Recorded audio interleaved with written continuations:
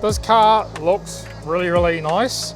Massive body kit, massive canards. Can you explain what's been done to this car? Yeah, sure. I'll start from the beginning, where this car was a third demo car from Car Shop Glow.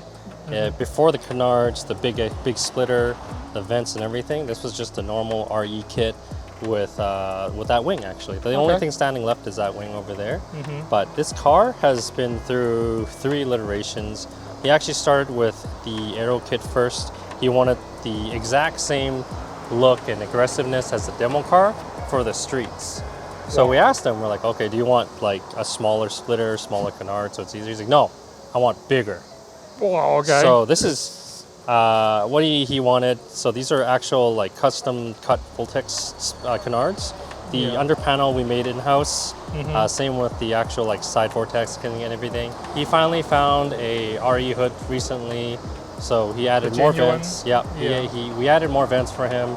I put in like all the vents and everything here. And then finally, once he was happy with the aero package, he went with the I guess, power package that he wanted. Okay, so everything looks very shiny. This looks quite new, right? It's brand new. We just finished it maybe 2 months ago. Not even. Wow. Okay. I was kind of tired actually. It was spitting oil and it was, not too So healthy. just the engines actually just got replaced with the whole package at the same time. So this engine was built by RE Amemiya. It's a side port that we put in.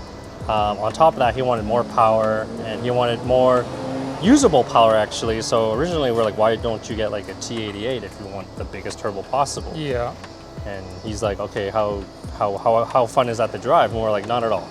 Not fun at all. Oh, yeah. So we ended up with this turbo, T78 I think, and then I guess the biggest streetable turbo you can get. And right now we estimate around 450 to the crank with this turbo V-mount setup. Probably just like 1 bar. Yeah, exactly. Yeah. And then side port, straight 3-inch pipe, no cats, no secondary cats, no nothing. Air pump delete, obviously, but the ABS you still want it because of safety. If it's there, you should use it. If it works, shouldn't remove it. I wouldn't recommend to remove it. But we actually have a retro kit now. We can actually fit a Honda ABS in these cars. Okay. And you can actually reprogram it. I'd rather have that. Yeah, it actually works really well. Yeah. So when you order this turbo kit, I know there is 2 different versions, yes. right? Do you have to get them to order a special kit for the V-mount setup there? There's no actual special kit. There's 3 part numbers you can get, which is 701, 702, 703. 701 is a standard, 703 is if you have like Koki, 702 is like Zenki. You can get the standard, which is this part right here. And then if you buy a turbo kit from Greddy, Trust, and you specify that you have the standard kit too, they include this specific elbow, so you don't have to create it for yourself. Because it's quite nice. All this ducting is already there and it's bolt on. Exactly. So nothing in this kit is actually you need to drill anything. Everything is completely bolted on to like an actual bracket they provide on air condenser, not the actual radiator itself. So this comes with a new radiator? Yes. So the radiator is brand spanking new too. Oh wow, looks. Yeah. So as a V-mount kit, then when you buy the whole thing is complete. Correct. Yeah. So it's not a bolt-on. Exactly. Everything is complete. It's quite expensive, but you get the intercooler, the radiator, ducting, and all the piping and everything too. There is no fab work actually. It's all bolt-on. Yeah. Super crazy. Well, in Asia, this is kind of the setup you want. Yeah. It's unheard of. You don't have to rely on fabricator or shop. Takes time. Right. This is like proven package to work. Exactly. Yeah. Must work. Like I said, it's a street car. Yeah. So it still has like a really nice navy, has like the tweeters, has like upgraded speakers. Still quite modern. There's actually a subwoofer in the back too.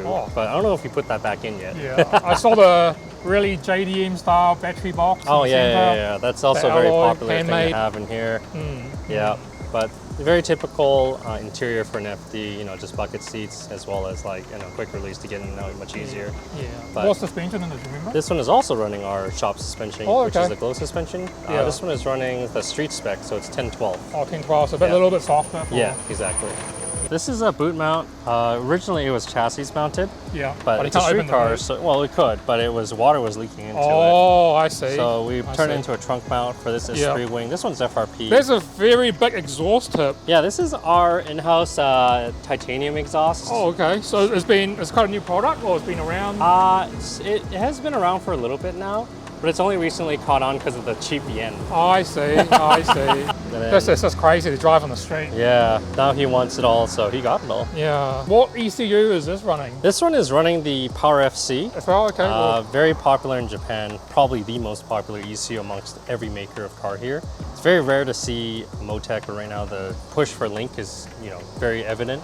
If it works, it works. I mean, like, when I first started tuning, this is back in like early 2000. Yeah. I mean, at that time, ECU don't come with software, everything's kind of locked. Yep. Started when I was about 16, 17, using PowerFC. That's why I know it quite well, and I'll share a little bit of my knowledge, then, you know, Exactly. you can try and use it, and then have a look at stuff and everything.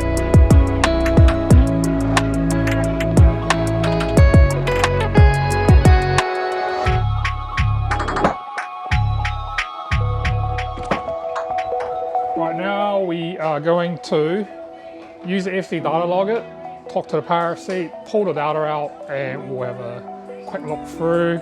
All right, this is the FC data box. This is actually a version 2. The early ones are actually beige color. The version 2 is actually black. As you can see here, there's actually this connector, this rose on this connector. This is all for inputs. So with this added to your PowerFC, there is 8 extra input which you can feed into the FC Data box, and you can read it on the FC Datalog software. So what you use of these are like wideband, oil pressure, fuel pressure. But if you have this, you can use the FC Datalog and log all the running of the car, all the data.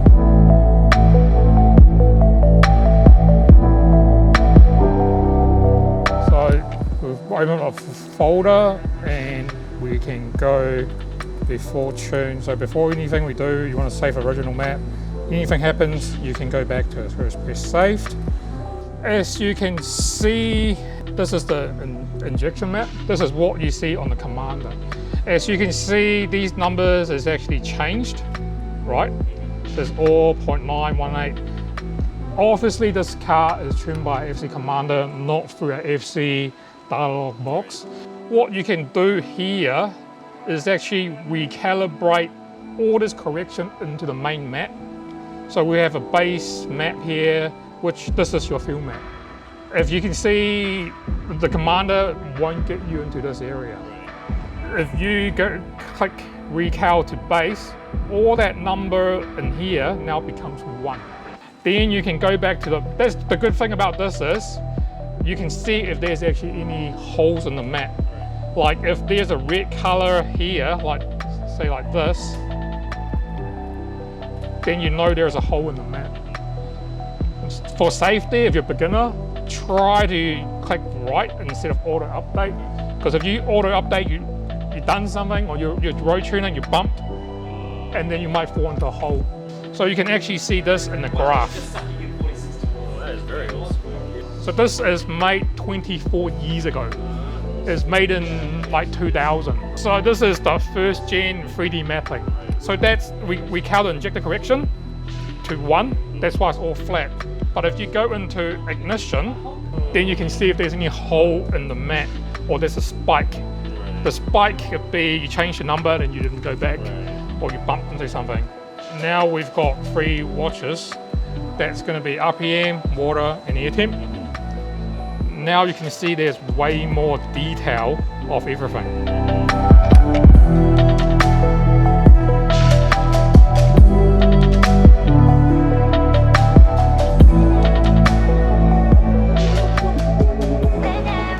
Alright, we've been here for a few hours, turned this place into a chaos. We've been blocking the road, police been coming in and out. At the same time, we're filming, teaching the loco how to tune, what actually tuning is. They actually don't know much about tuning. So each customer I went with, each car, showed them the map they was in the car, fixed up a few little issue, but it's just so hot, I can't really focus to work. There's so much going on. We've had about 7 crazy RX-7, some of the best RX-7 in Tokyo. I'm pretty sure they're pretty up there. From here, we're gonna go for a cruise together. We're gonna go to a place, take some group photos, and we'll see how the night ends.